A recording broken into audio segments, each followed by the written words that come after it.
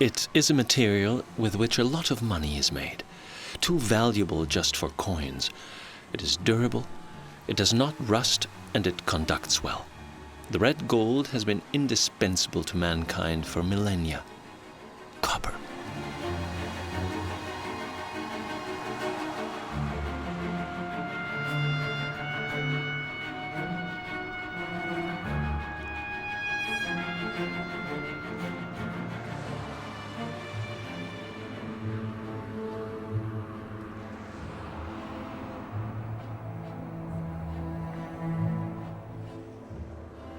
The largest copper mine in the world is situated in the north of Chile in the Atacama Desert, a hostile place where rain only falls every few years.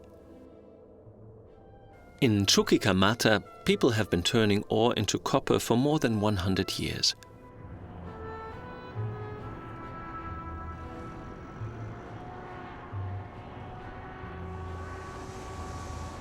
Nowhere else are there as many reserves as there are here. A quarter of worldwide demand comes from the mine of Chuquicamata. Every morning, Vladimiro Zabidra has to go high up to get to his place of work.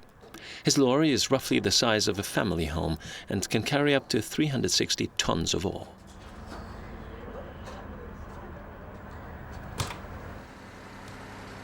Vladimiro has been working at the state-owned mine association Codelco for 17 years.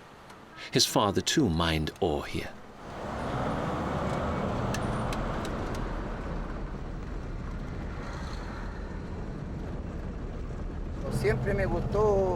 I have always liked driving the biggest lorry in the world. It is as if a childhood dream has come true. I always wanted to work for this factory. My lorry is really very big. It is 840 tons that we drive with here.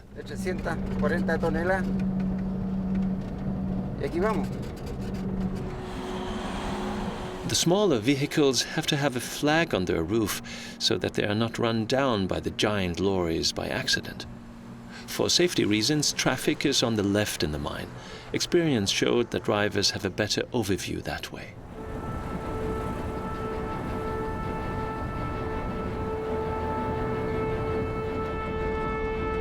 This morning, Vladimiro transports worthless rock.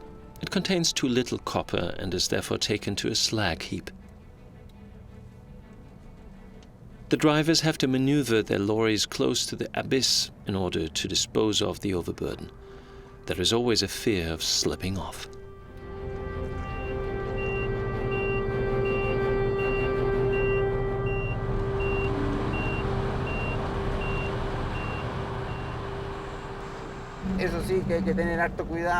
Of course, one has to be very, very careful.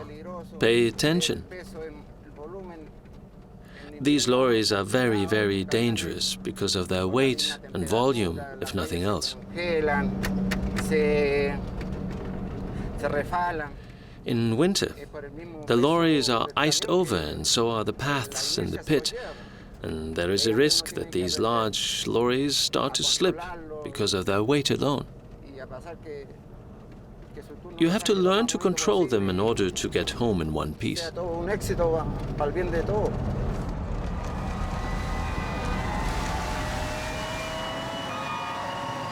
The foundry is the final stop in the processing of copper.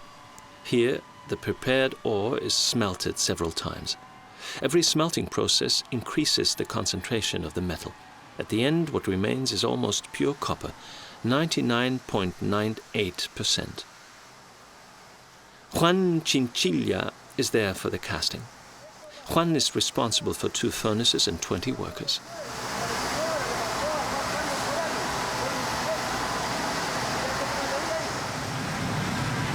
They regularly take samples to check the copper content.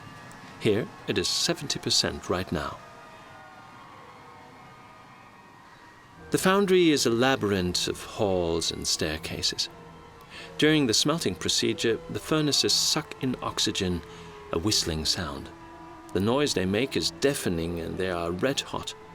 Juan Chinchilla is glad when he has some work to do in his quiet air-conditioned control room every so often.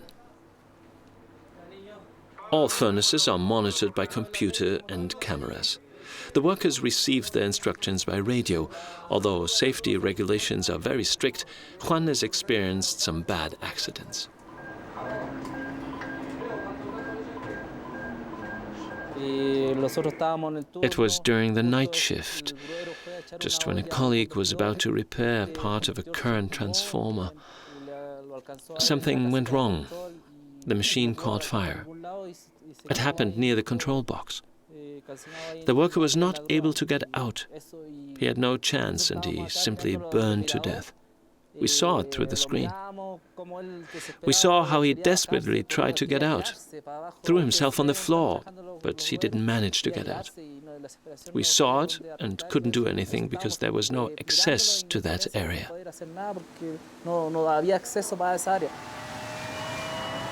The game with fire is difficult to control.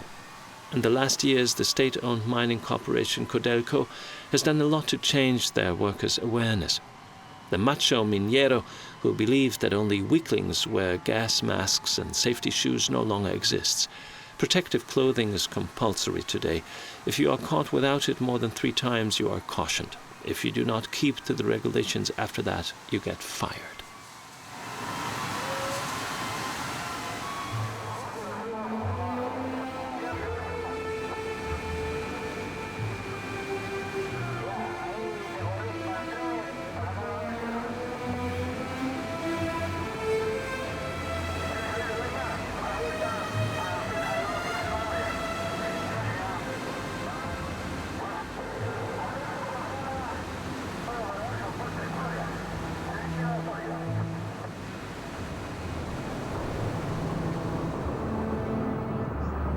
In Chuquicamata, the ore has a relatively high copper content at 1.5%.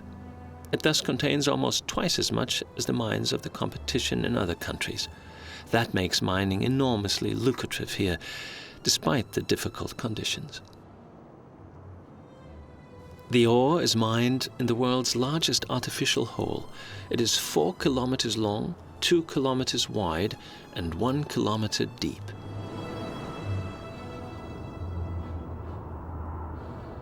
Every day, somewhere there is a blast in the mine. That way, the copper-rich rock is loosened and can be loaded.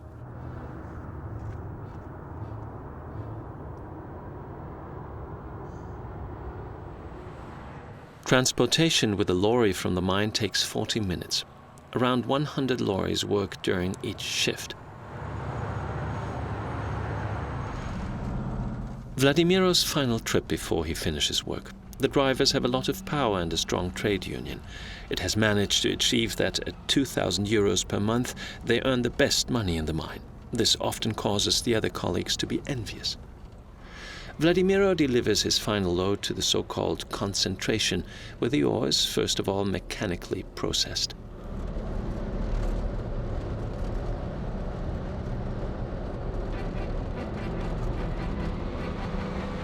Concentration, as the name suggests. Here, concentrated copper is produced, but the journey there is long, across endless conveyor belts and through numerous mills. At first, the ore is roughly crushed, sorted, and washed.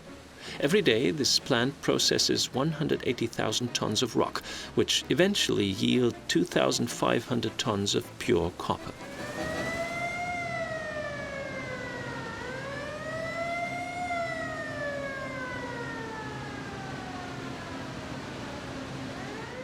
Only few people still work here. Everything is monitored by computer. Only the grinding gears of the mills, which are made from simple iron balls and iron bars, have to be exchanged and maintained from time to time. Here, the ore is ground relatively finely into a grey mud.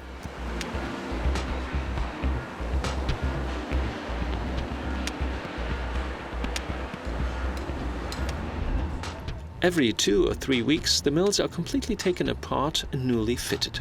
This procedure takes an entire day.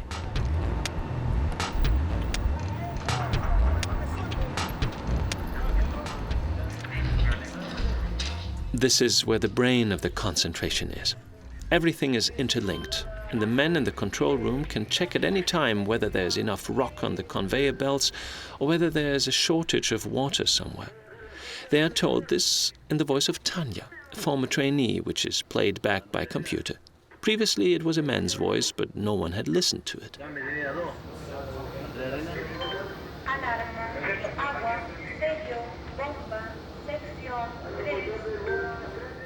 It is a woman's voice, and that makes our soul happy. A woman at our place of work, where there are only men, that relaxes us.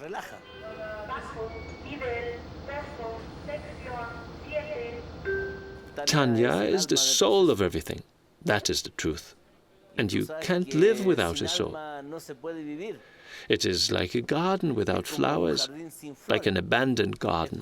Do you understand?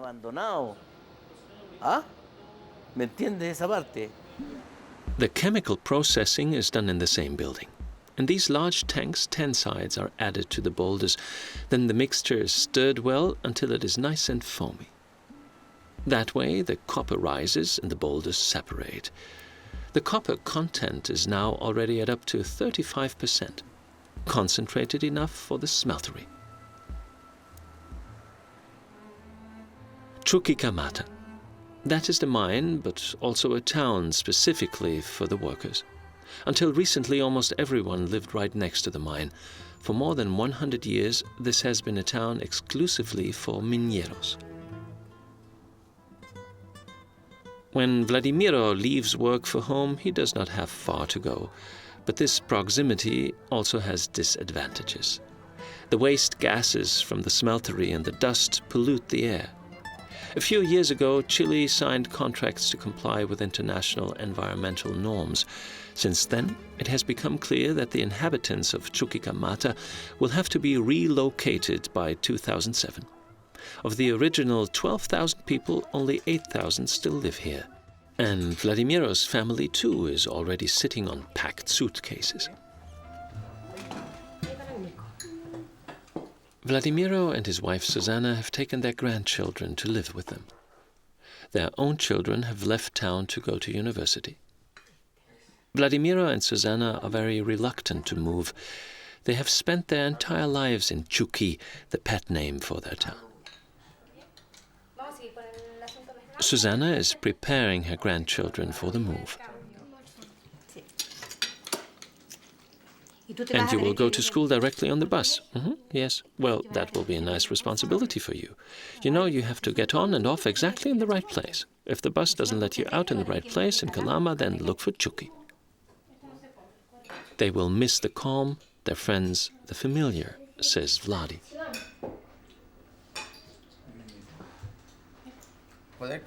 Codelco contaminates us while we sleep.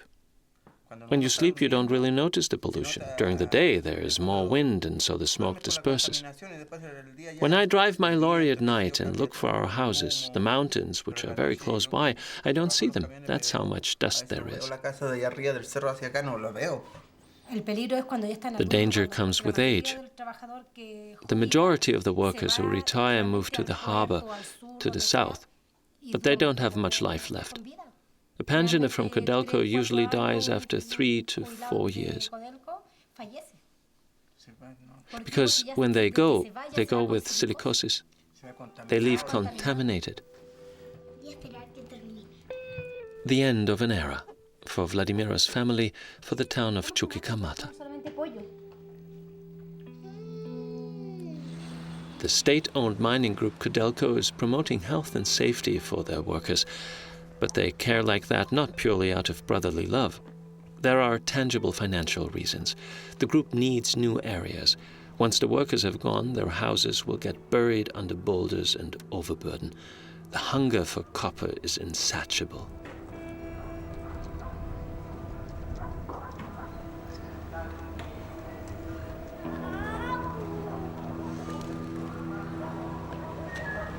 Dust is man's biggest enemy here.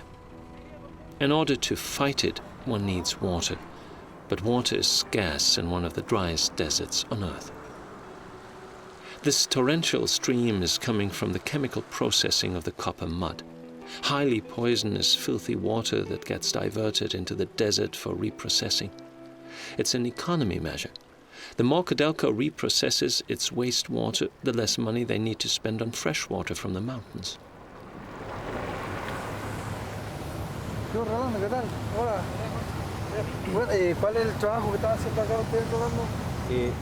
David Montesinos is responsible for there always being plenty of water in the mine.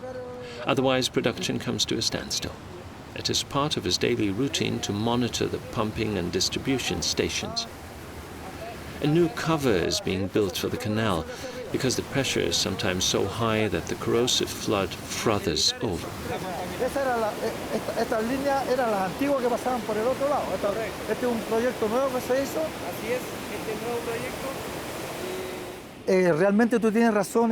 The water is very contaminated when it leaves the mine. For example, with arsenic, acids, and lots of chemicals. It can't be used for anything. You can't drink it, and the acids can damage your skin.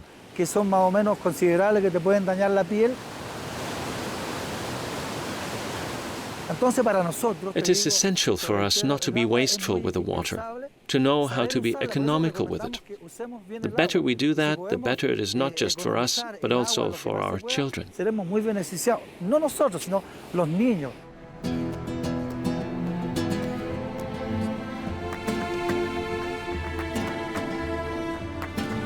Every day, David covers 60 to 70 kilometers on his control drives.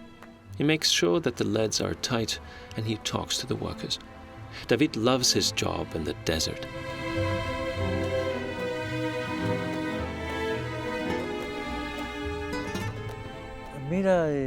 Everybody thinks here life stops, here green nature stops.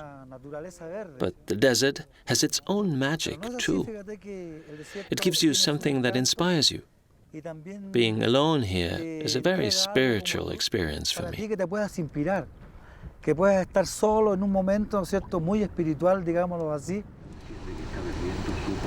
Reprocessing is simple. The water pours across the decline into the desert, sits in the basin for a few days so that the harmful chemical can sink to the bottom. Then it is pumped back into the mine. You cannot drink it, but it is sufficient for the mine. It used to be different. Worse, much worse. In the 1930s, the Americans ran the Chilean mines. They did not care about the environment. This road leads from a mine further north down to the coast, across 100 kilometers. The wastewater went the same way. More than 50 years, the dirty copper-rich water poured through the canals, untreated, corrosive, reeking. It was the cheapest solution. It was not necessary to reprocess the water because there was more fresh water coming down from the Andes to this plant. The water finished up in the sea, and although the discharge was stopped at the beginning of the 90s, the coast is still contaminated. The sea had stored the harmful chemicals, and now it gradually sets them free again. There is hardly any life left over a stretch of 7 kilometers. Chilean biologists have been investigating the effects of the catastrophe for a few years. A checkpoint 20 kilometers north of the contaminated area. Here, there is still plenty of algae. The biologists from Universidad Católica in Santiago de Chile take out spores in algae in order to plant them in the contaminated places. Professor Juan Moreno believes that it will be decades before the coast recovers. With this type, or organism, the copper directly affects the cells.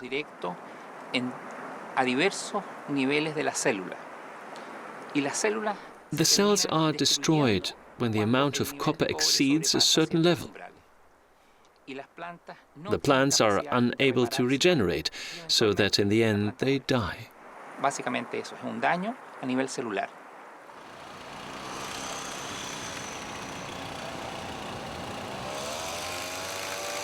The algae are replanted in the contaminated areas of the coast. They are fixed to the rocks using drills. Some algae have already survived an entire year. Scientists are investigating whether they also reproduce.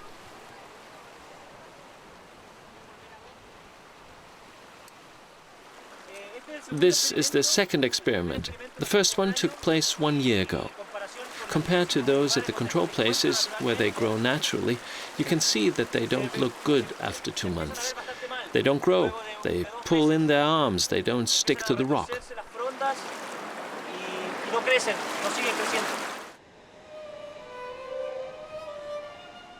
A few kilometers further on, the little port of Chanaral. Until the early 80s, the wastewater from the mine ran right across the beach into the sea. There are still traces of it today. The beach outside the little town is green from the oxidized copper. A gigantic reservoir for copper mud and other highly poisonous substances such as arsenic. It would cost the state-owned mining company millions to clean it up. Instead, they built a playground and a beach promenade to calm down the angry residents. The strong coastal wind blows the fine dust from the effluent sludge into the town. The environmental officer and the chief press officer of Codelco.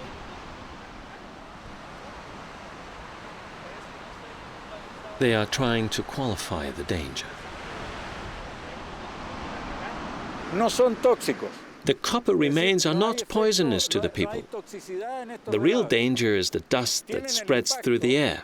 The tiny particles that it contains hugely impair the quality of the air. It is true that the fine dust damages people's lungs.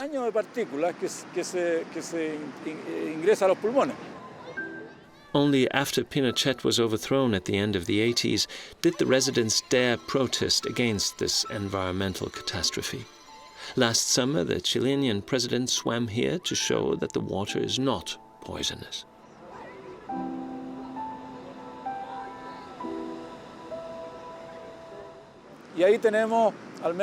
We essentially have two options. On the one hand, we can try and cover up the sand so that the dust doesn't swirl up. The other option is wide-ranging, artificial plantings that could provide protection. The mining company has created another job. This man combats the dust with a water hose.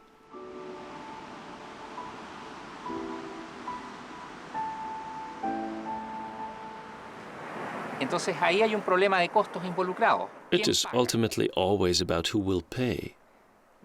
No, I don't believe that Codelco does enough to remedy the damages, given the extent of the damages. Codelco certainly doesn't do enough. In a few years, only the graveyard will be evidence that people once lived in Chuquicamata.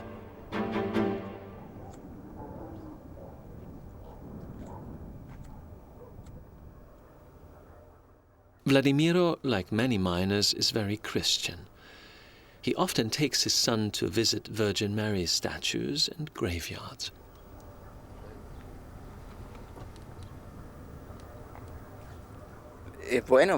Chuquicamata will disappear, but it is a good thing that the graveyard will stay. A lot is linked to it: emotions, family, friends. It is important that nobody should be forced to unbury his friend and bury him again somewhere else. That would happen if the mine came here too. That would be terrible. Vladimiro's son has already left the town towards the sea to study. He cannot imagine going back to Chuquicamata, nor can he imagine the hard work in the mine. Because my father's work is very exhausting, especially the night shifts. It is difficult to recover from it. No, I don't want to drive his lorry. I want to study in order to be able to do a job that I enjoy.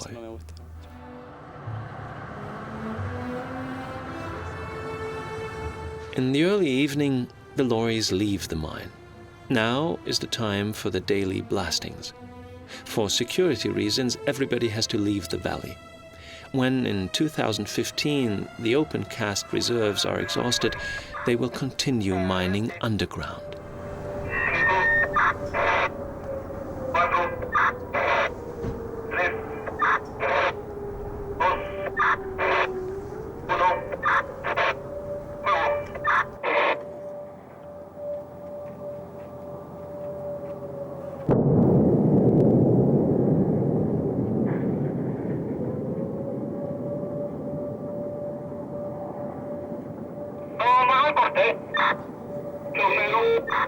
¿Estamos listos en el punto de ignición?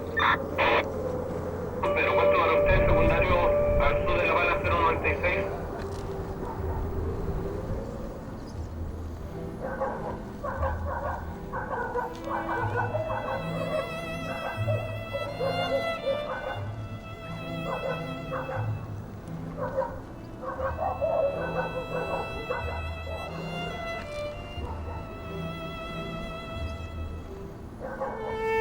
The mine never sleeps.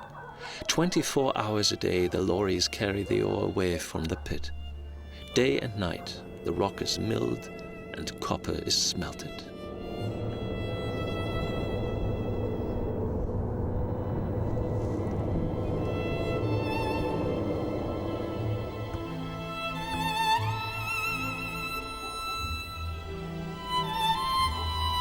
"400 kilometers south of the Atacama Desert, there is another Codelco mine. Here, the copper is mined underground.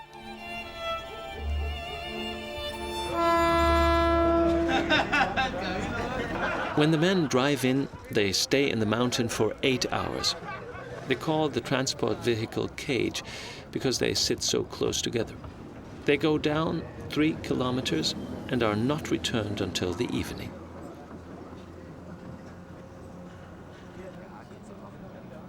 The El Inca mountain is at the edge of the little town El Salvador. Those who are late have to take the goods train. Mine worker Jaime is hurrying. Everybody calls Jaime Chuck Norris because he used to enter every fist fight. A true old-styled minero. There are plenty of trains that he can take.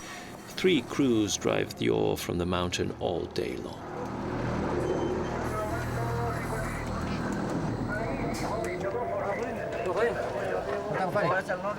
Hello, Chuck Norris. How are you? Take that. Late as always again. I'm just in time, my friend.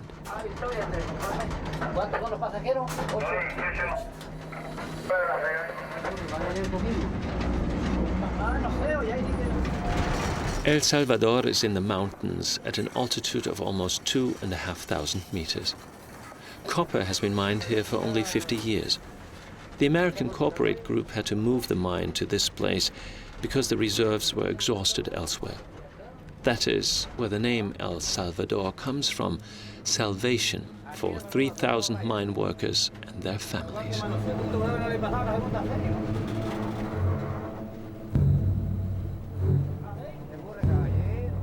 Underground. Darkness, dust, confinement are the natural enemies of engine driver Hector. Es duro la pega. Working in the mine is hard and difficult. Muy esclavizado. You are enslaved. Mucha tierra. We have to work a lot of earth, Se paga many mal stones, pagado. and we are badly paid. Pero de todas maneras, Whether I like the work or not is not an issue. You have to do it for your family. igual no. You get used to it. Aunque uno con el tiempo se va acostumbrando, You get aunque se silicosis está or you jodiendo don't, la salud, más but que I todo, still está show silicona, up como every se dice, day. silicosa acá. Pero hay que estar aquí igual, todos los días. Muchas gracias. Gracias, que bien, más. While Chuck is on his way to work, Hector drives on to load up fresh ore. It is particularly dusty near the chute. The rock masses drop from the top floors down into the depth. The entire mountain is divided up into individual floors like a multi-story car park. The trains pick up their cargo at the lowest level and drive it to the stone mills and the so-called concentration.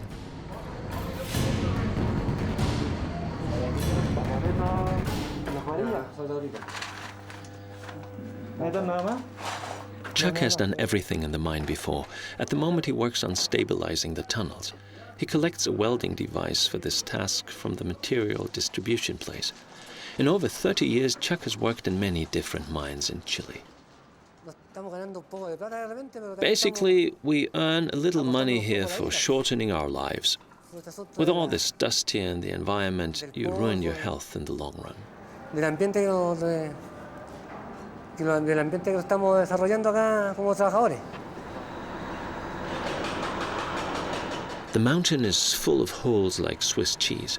5 levels with more than 1,000 kilometers of roads and 100 kilometers of rails. Sometimes even Chuck is surprised that the whole thing stands up.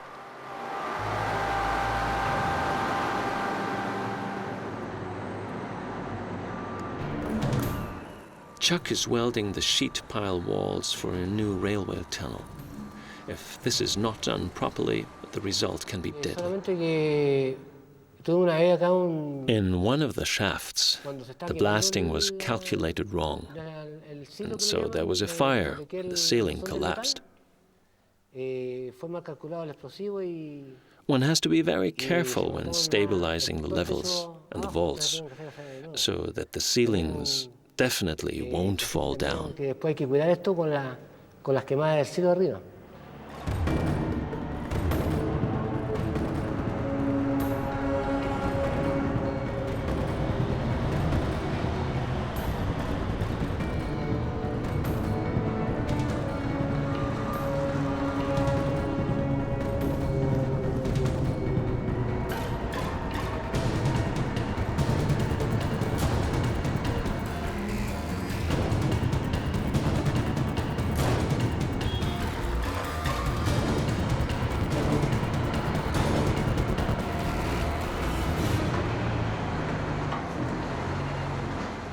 This digger is called Scoop. It transports rock to the chutes. Nobody must be where the scoop works. The digger races through the narrow tunnels in darkness and at high speed.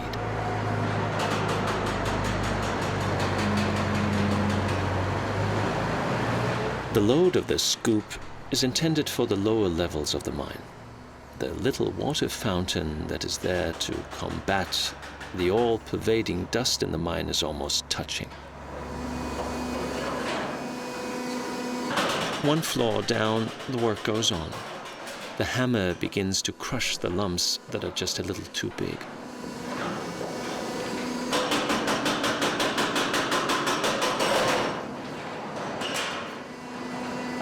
Once the hammer has finished its job, the stones move to the lowest level, where they are loaded onto trains and transported out of the mountain.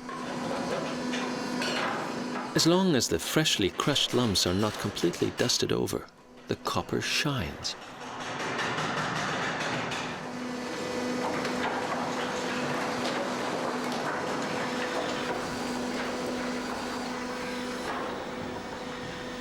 The miners also spend their lunch break underground.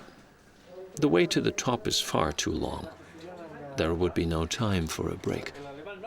They bring their food from home and warm it up in the water quench. The canteen is just about big enough for a dozen workers. But Chuck Norris and his mates love spending time together. The jokes and teases make them forget their hard work in the mountain, at least for a little while.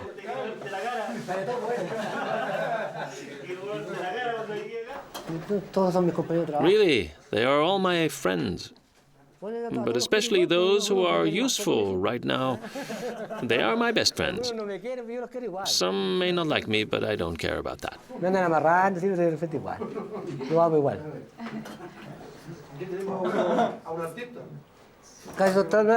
Everybody here has nicknames. Here we have Ink. He is also a journalist. El Florentino. He regularly changes his name. That helps him so that he doesn't have that many children. Acá está el cajoncito. Cajoncito de tele, dicen él. Muy buen niño. Him over there, he is called Little Box. He's a good guy. He has a lot of money in his little box.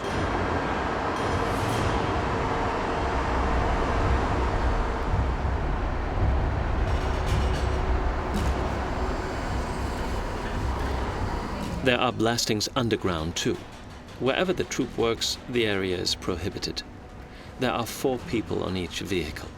2 close off the area and the others prepare the explosive charges. Underground explosions are dangerous and have to be calculated precisely, or the stability of the mountain of holes is at risk. Carefully, the men prepare the charges. The miners are most scared of electrical sparks that are able to trigger explosions prematurely. The drill prepares the holes for the blastings. It is always several per rock.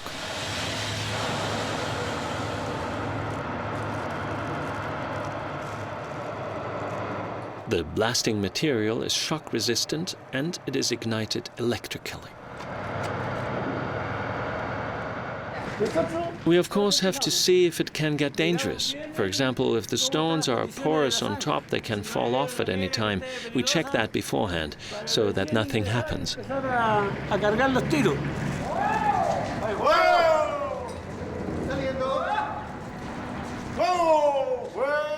Fire, fire, the men from the blasting troop shout. Nobody must be left in the passageways. All work stops. Every day, a dozen of such blastings take place in the mountainous labyrinth. The tunnels are driven deeper and deeper, and the passageways are connected with each other.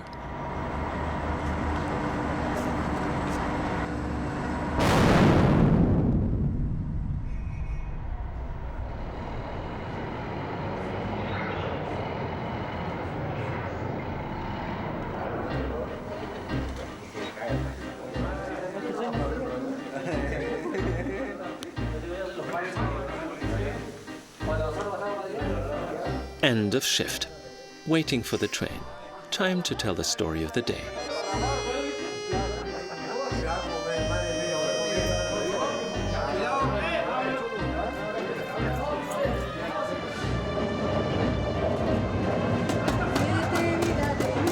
And time to sing songs about love, suffering, and desire in the wild life of the miners.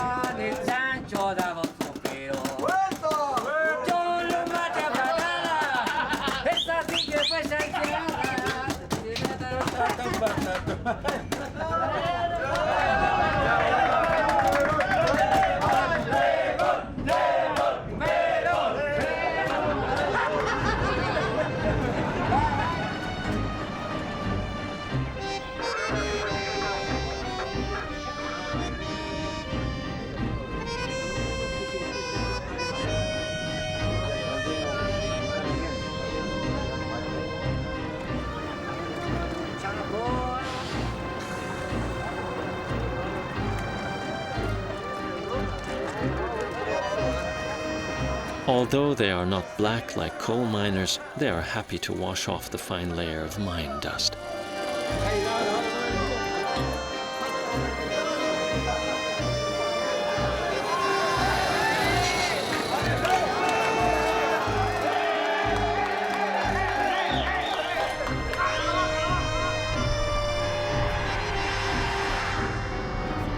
Back in Chuquicamata.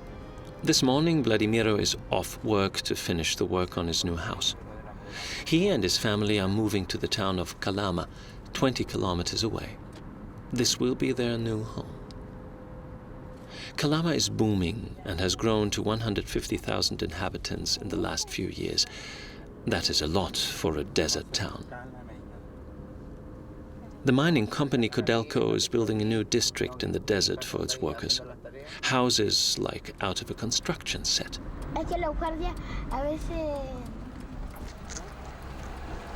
This is the street in which Vladimiro and his family will live in the future.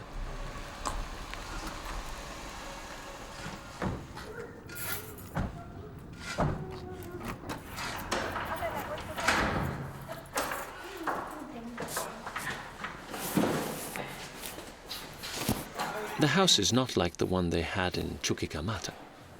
Fitted carpets, smooth walls, everything new and modern. The rooms are smaller, but there are more of them. The mining company financed the building work. The workers are getting a low-interest credit. In total, the 3-bedroom house only costs $25,000. Vladimiro is able to pay off the debts slowly out of his wages.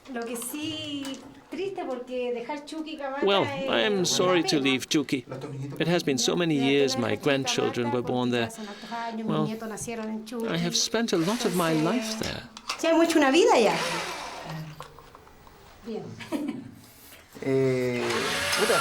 Well, I am happy. Because unlike in the house in Chucky, I do all these things in my own house. Nobody can send me into the street. Nobody can say that used to be your house and can say to me that it is rented out tomorrow. Or say, you have to go elsewhere. Your contract has run out, you have to go. I have now got a house that belongs to me.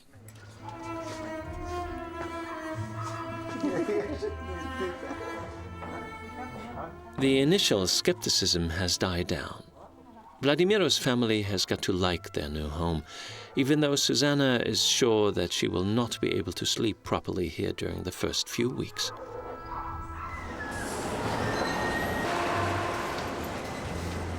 Copper, the red gold. In the end, it leaves the mines of the Atacama Desert pressed to a sheet. Several thousand tons tied up into handy packages. They polish the almost pure copper one last time so that the expensive precious metal on its way to China or Europe does not oxidize and turn green.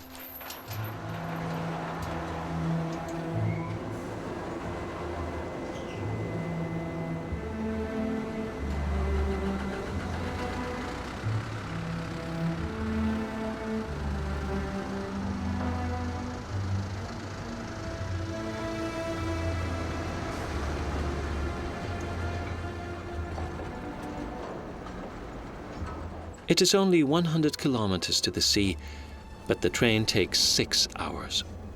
The steep mountain drives forced engineers in the 1920s to accomplish great feats. Bend after bend, it winds its way towards the Pacific.